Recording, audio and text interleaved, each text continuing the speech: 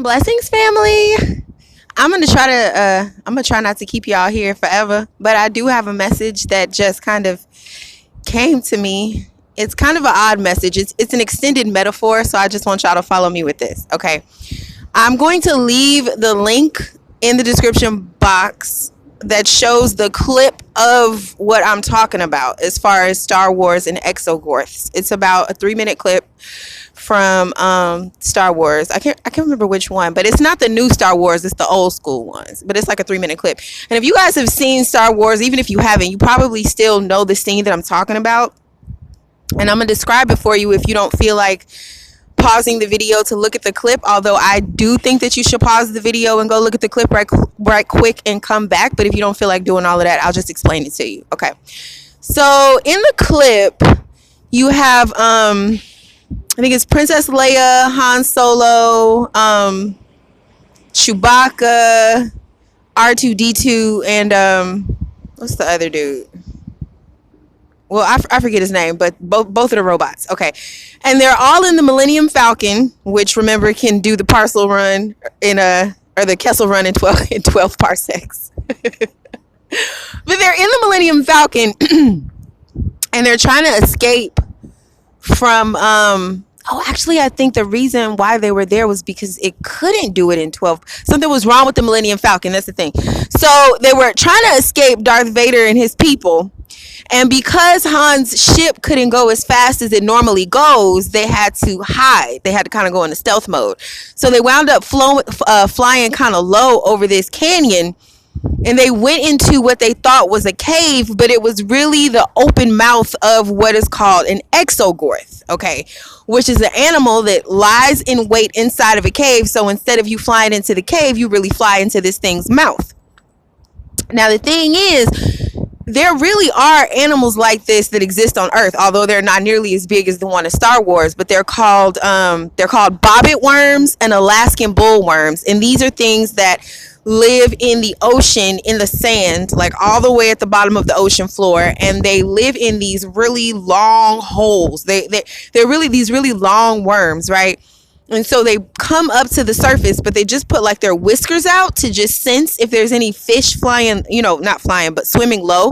And if there's a fish that kind of triggers its mouth mechanism, this thing like snaps out, grabs the fish with its hooks to where grabs the fish by its face to where the fish can't escape, and it sucks the fish down under the sand into its hole. So that's horrifying. You guys should also, I'm actually going to put a clip down below too of what I'm talking about, of a bobbit worm. Now, what I'm trying to tell y'all is that a narcissist or a demon, a toxic person, a sociopath, whatever the hell you want to call it, because we call these things by different names these days, them things are exogorths and bullworms. And I'm going to explain to you why. Okay. So if we look at okay, so let's take Star Wars as a metaphor. The first thing that we so the first thing about when you encounter a narcissist or a toxic person, and I just want to back up and say, what I'm about to try to explain is that the reason why you don't know that you're in danger with these people is because they suck you into an alternate reality that slowly kills you over time. Okay, so I just want to say that this is what I'm trying to prove. And so what I'm trying to let us talk about this metaphor so that we can recognize this alternate reality when it's sucking us in, so that we don't get sucked all the way in, and so that we escape like they did in Star Wars. Okay, so the first thing that you're going to notice when you meet people like this is that you're not at your best. Just like Han and them, something was wrong with their ship. They couldn't fly as fast as they usually fly, and they were looking for a place to hide. Just like with a fish that ends up getting sucked into the sea by one of these bobbit worms or Alaskan bull worms or whatever, they're swimming very low to the ocean floor, probably looking for food or scavenging or something like that. The point is that whenever you get sucked underneath the surface of your life by a toxic person or whatever, it's because you're not at your best. It's because you're not flying as fast as you usually fly. You're not swimming as high as you usually swim. Now, people from the outside may not know this to look at you, right? You may look great. But it's always something. You need something. Either it's an emotional need that you need them to fulfill, or maybe you don't have as much money as you want to have. It's like there's just, you have some sort of hunger in you that's not quite visible to the regular eye. But these narcissists or toxic people or whatever, they're trained to recognize that shit. They have like a 6th, 7th, 8th, 9th, 10th sense of needy ass people. Or people who are not at their best. Even if these people look good to the outside world, they just tend to know when you're not at your best. You could be grieving from the loss of a loved one. You could be going through a dry spell sexually, where you're just horny and you feel rejected. You feel like you haven't found your right partner. And so you are more open to less like lower quality partnerships than you would normally be open to. You may have just been fired and feel like you're not as smart or as, talented as you thought you were. Maybe your career's not going the way that you thought it should be going. Maybe your girl's getting married and you not, so you sad about whatever the hell it is. It's always something to where you're not at your best. So first of all, the protection against a situation like that is to very much as possible be at your best. And when you're not at your best, be aware of that and don't engage in any new relationships when you're not at your best. You want to let God fulfill those holes and not another person, because 9 times out of 10, if a person approaches you when you're not at your best, it's a setup. So I'm gonna say that. Okay. Now, so what happens is, just like in Star Wars, they were not at their best. The ship could not go as fast as it normally flies. And so they were looking for cover. They were looking for shelter. And that's what it usually is with one of these people, is you just want a little bit of comfort. I've got sucked into a relationship like that before. And what did I tell him? I said, I've been working so hard, I just could use a little fun. I did not get fun. That's not what I received. But that's another story. Okay. So you go into this situation looking for a little bit of comfort, thinking that it's going to be shelter, thinking it's going to be like a hiding place or a safe place for you, right? And so mind you, this animal is laying in wait for food, okay? So it has its mouth open like a chasm. It looks like exactly what you're looking for. In Star Wars, this thing looked like a cave. It looked like the perfect hiding place, but really it was a trap. That didn't have nothing to do with what was going on with them. It was a whole nother trap with its own interests. The other thing about the narcissist, they really like low-key don't give a shit what the hell you talking about. They don't care why you're sad. They don't care why you're weak. They don't care why you're not at your best. They have their own separate interests that they want to try to fulfill through the fact that you're needy. Okay, you need something you think they can give you, and what they need is for you to believe that they can, because what they really need is you. Now, if we think about the analogy of Star Wars, they flew into the hole of this thing, this gaping mouth that they thought was a cave, right? And this thing looked like a cave on the inside. It was cavernous. It was huge. So that's another thing about the narcissist, is like they have a hole in their life that you can't even fulfill at all, right? It's like you could have put a damn 100 Millennium Falcons in that damn thing and it still wouldn't have filled it up. So it's like it's insatiable. So it's like you're gonna go into a relationship with something like this thinking that it's a safe space, but then it's like you can't fulfill it. So even though you're inside of it, even though you're inside this relationship or whatever, for some reason they're just not satisfied with you. So because they have like an endless need, like an endless hunger, because the emptiness inside of them is so vast and so huge. Okay, but maybe I'm getting a little bit ahead of myself with that part of it. So they went into the thing, okay, because we don't even want to talk about what happens inside these motherfuckers. This video is really to help us recognize the signs so that we don't get into that situation in the first place. So the first thing that happened was they went inside the thing, and Han went outside to fix the ship. So you're inside of this situation, and then you think you're going to fix yourself inside of this situation, right? So you're not as focused on your circumstances as you should be. You're not focused on what's really going on in this relationship as you should be, because you're inside of it trying to heal, right? You gonna heal in this relationship. Oh, okay, if you say so. So Han was trying to fix the ship. Leia was inside the ship, and she noticed it was a Morlock, some sort of bird bat looking thing with a weird looking mouth that hit the inside of the ship. That hit the outside of the ship and scared her. It startled her. So that's the first indication. That's going to be your first indication that something is not right. Okay. When you're in a relationship with one of these people, is that there's going to be something that startles you. Now if you think about being in a relationship with a narcissist, right? Or a sociopath, a toxic person, whoever, they wear a mask. They're going to pretend to be whatever the hell you thought they were for as long as they possibly can. So you think about the fact that they're really inside of a worm. This worm is being perfectly still so that they will stay there. This worm doesn't want to be alarming. It doesn't want to be threatening. It doesn't want to give any indication to these people that it's really a worm and not a cave, right? So this Morlock thing is technically not supposed to be this deep in a cave. So that was her first indication that something is wrong. So like, say if you're in a relationship with somebody and you can't quite, it's like something, because Leia did say in the video, she said, I have a bad feeling about this. You'll get a feeling. It's like everything will look fine, but you'll still have a feeling that something is not quite right. And then there will be an event that seemingly has nothing to do with the narcissist, but it will give you an indication of the true environment that you're in, of the fact that you're in a toxic or dangerous situation. I'll give you an example.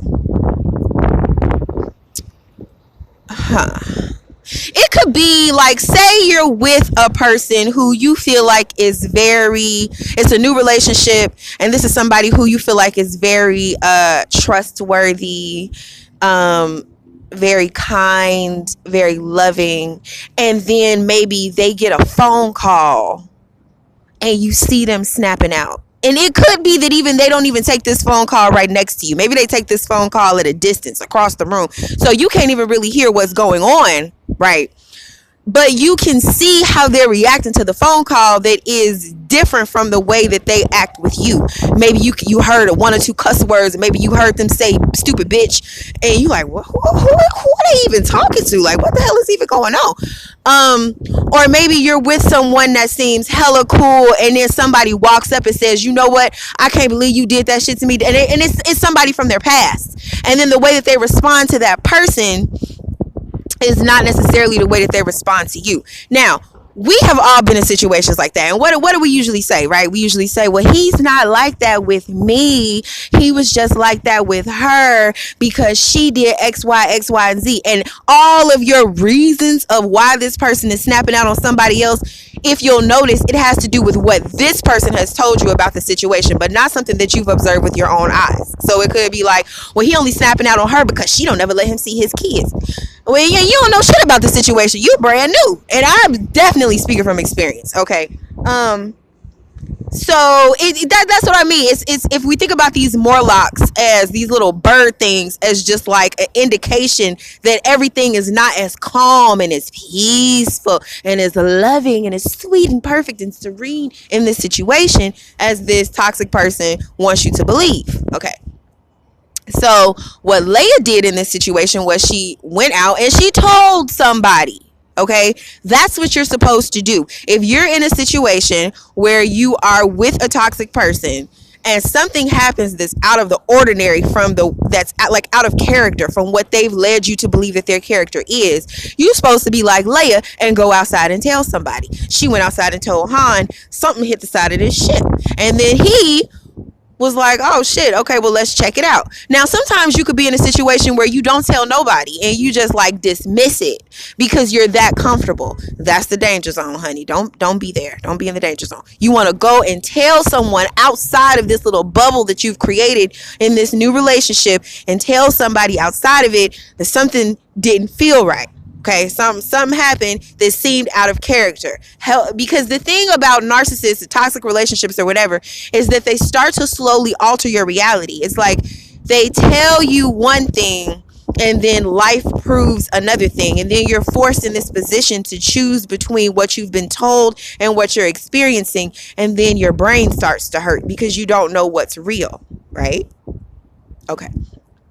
So she went outside. She told Han something happened with this Morlock or whatever. So Then Han told Chewie and somebody else, he said, okay, well, go check and make sure there's none of these other things attached to the ship, messing up the wires. So in other words, let's check our body for damages. Let's check how we're doing, right, in this situation. So you want to tell somebody who can say, okay, well, like, let's check on you. How are you? Let's maybe take you out for drinks. Let's get you out of this situation for a moment, just to make sure that, let's do a diagnostic check. Okay, how are you? What's going on, right?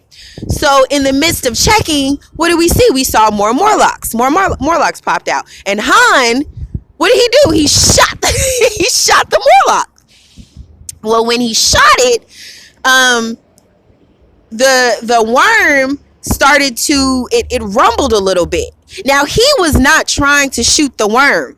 He was trying to shoot the Morlock, right? So this is akin to, if you're in a situation that you think is toxic, but you're not sure, and you tell somebody outside the situation, this thing happened that I did not like.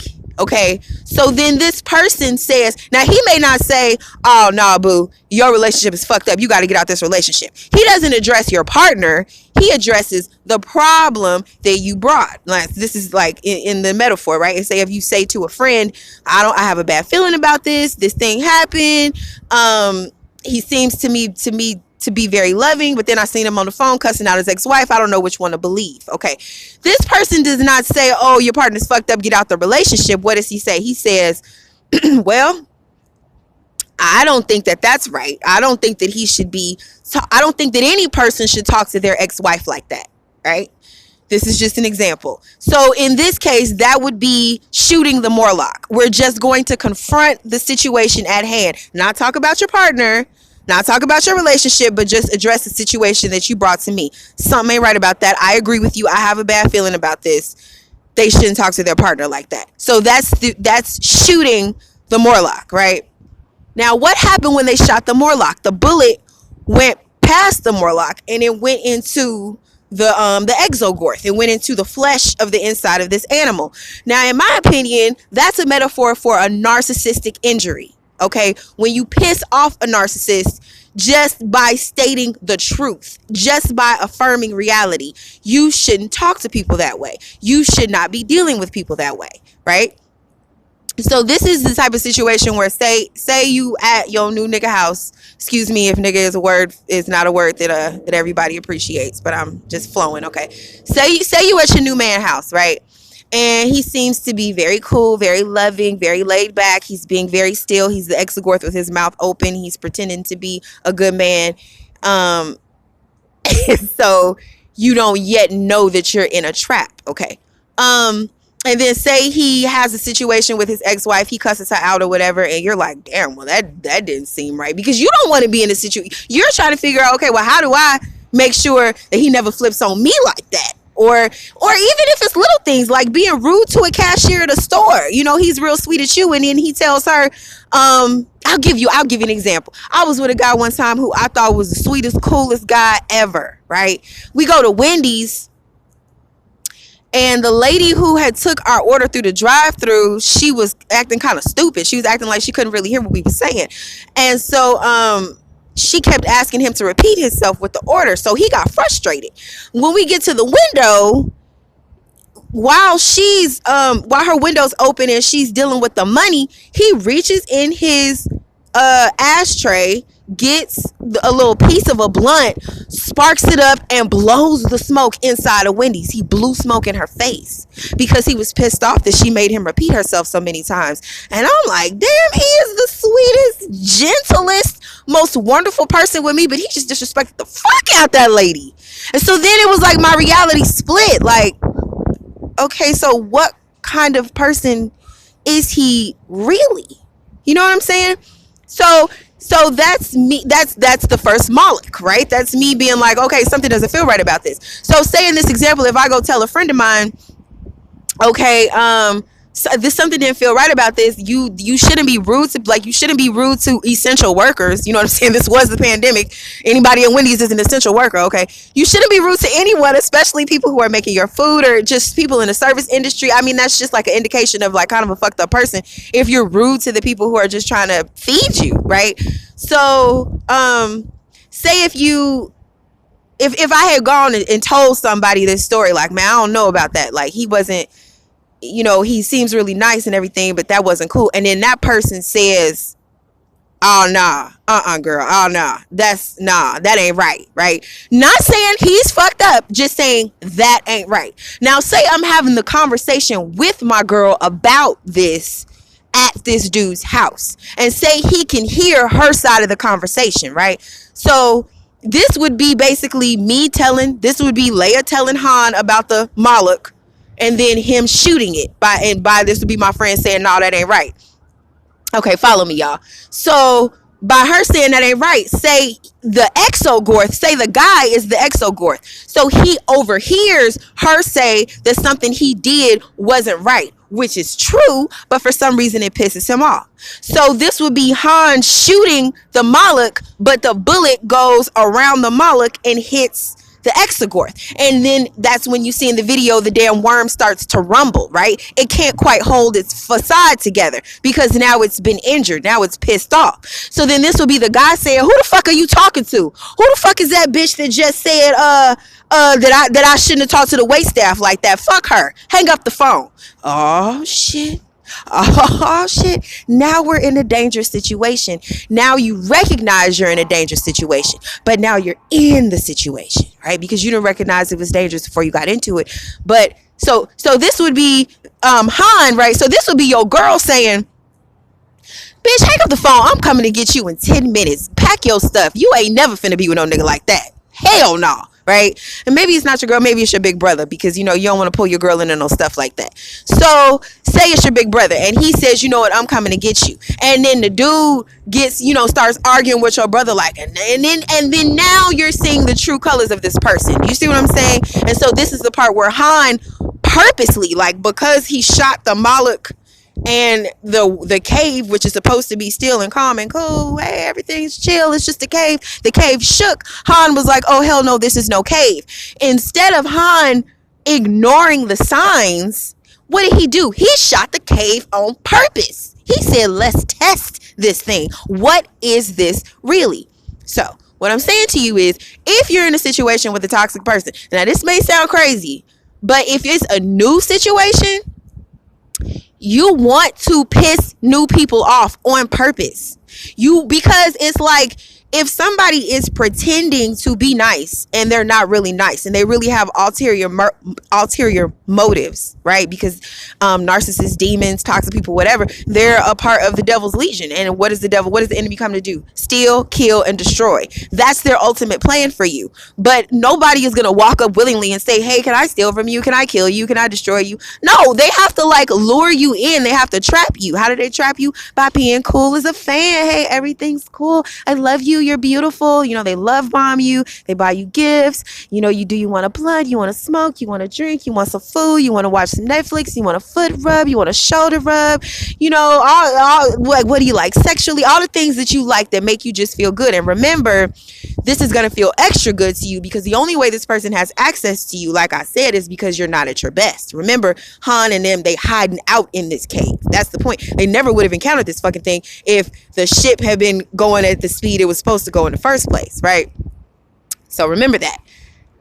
So what you want to do if you're in a situation where you're not sure if somebody is toxic or not, you want to piss them off, because a real person, a person who is like genuine, first of all, they're not going to very easily get pissed off. In any type of disagreement that you have with that person, they will work through it with you if they're genuine, right? But if this is a person who's trying to pretend with you, they're going to get irritated with you very quickly. And the Bible says, do not go nowhere with an angry man. With an angry man, thou shalt not go. Because angry people tend to pull you into their reality as opposed to existing with you in yours. It's like that worm. It's like you think you're in a cave, but really you're inside of another creature. They pull you into their existence, into their reality. And the scariest thing about these worms, narcissists, toxic people, and even these damn bullworms or whatever, is you're the safest in the beginning when it's the least obvious the situation that you're really in. So that's why you have to shoot it. You excuse me. I know that sounds crazy, but it's like you have to, if you're in a new relationship with somebody and you're not sure if they're a safe space for you or not, you have to find a way to be disagreeable just a little bit. You have to find a way to say no, or set a boundary, or just do something that would make a normal person respect you and would make an abnormal person mad at you or attack you. And this is just if you're in a situation where you're not sure. I know that sounds like some crazy ass advice, but I promise you it will keep you safe, because what you want to do is like draw out the true colors of whatever the fuck creature that you're dealing with early before you get sucked in. Because what's the scary thing is these things catch you when they're near to the surface. But if you don't recognize the signs, like how Han shot the thing and then the thing started shaking and trembling and they was like, oh hell no, we gotta get the ship, we gotta hurry up, get out, and they got out just in time before the thing closed its mouth. The thing is, not only do these things then keep you if you don't get out in time, but they were only at the surface to catch you. What they do is that they then retreat back into their real world. You don't know how long these worms are, how long their tunnels are, and they start to move backwards. So you'll start to notice that it's harder and harder to get out than in the beginning. In the beginning, when you're in a relationship with a toxic person, they'll let you go anywhere. Yeah, go to the store. Yeah, go out with your friends, have fun. But once they know they got you, it's where you going. Why you wearing that? Why she call you all the time? Why you always got to go over her house? What do y'all really do when you over there? What type of niggas did she have over there? Was any of them trying to holler at you? And it's like you thought you was grown, and now you're suddenly answering questions and dealing with situations and stuff that it's like, it becomes easier to just stay inside, just stay in the house. And then your reality becomes just the inside of this worm, because you don't go anywhere, and you're not even noticing, but they're pulling you back further and further and further and further and further inside of their reality and away from yours, away from your friends and your family and the things that you used to like to do and the things that you used to enjoy. Now you can't do none of that shit because it becomes a chore, and you're always having to choose between having peace inside this damn worm or fighting to get out only to come back in. So you're like, well, I'm not finna do all of that, and you don't notice that you just give your life away. And this happens very slowly. Now, if we think about it in terms of the metaphor of the movie, they were already inside this thing, so it's not like this thing was gonna chew them up. Do you understand? These types of relationships, they swallow you whole. They don't chew you up. They don't hurt you initially. They make you real comfortable. Now, I assume that this thing would have had some sort of stomach acid that would have dissolved. It dissolves its food. It doesn't chew its food. It dissolves its food. So after a while, after them being real comfortable, they would start to be dissolved. Now, if they were inside the ship, the first thing that would be dissolved is the ship. So the first thing that gets dissolved is your ability to leave. Do you understand? The ship is their protective covering, their freedom that allows them to come and go. But that's the first thing that gets dissolved. This could be literal or metaphorical. Like, say if you're in a toxic relationship, I bet you the first thing they start to do is fuck up your car. Right? Because they don't want you to just be able to go easily back and forth no more. Or maybe they don't have a car, so they always driving your car, and then they get a little couple accident in it here, accident in it there, always running out of gas, just certain things like that to make your mode of transportation or freedom a chore to you. And if it's not something like that,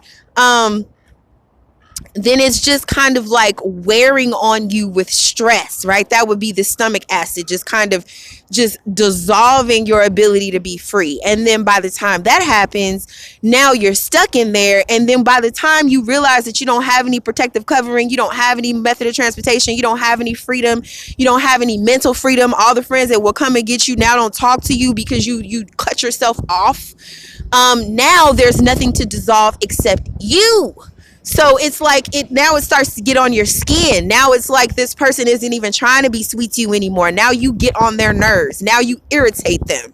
You understand what I'm saying? Or they irritate you, and there's nowhere that you can go.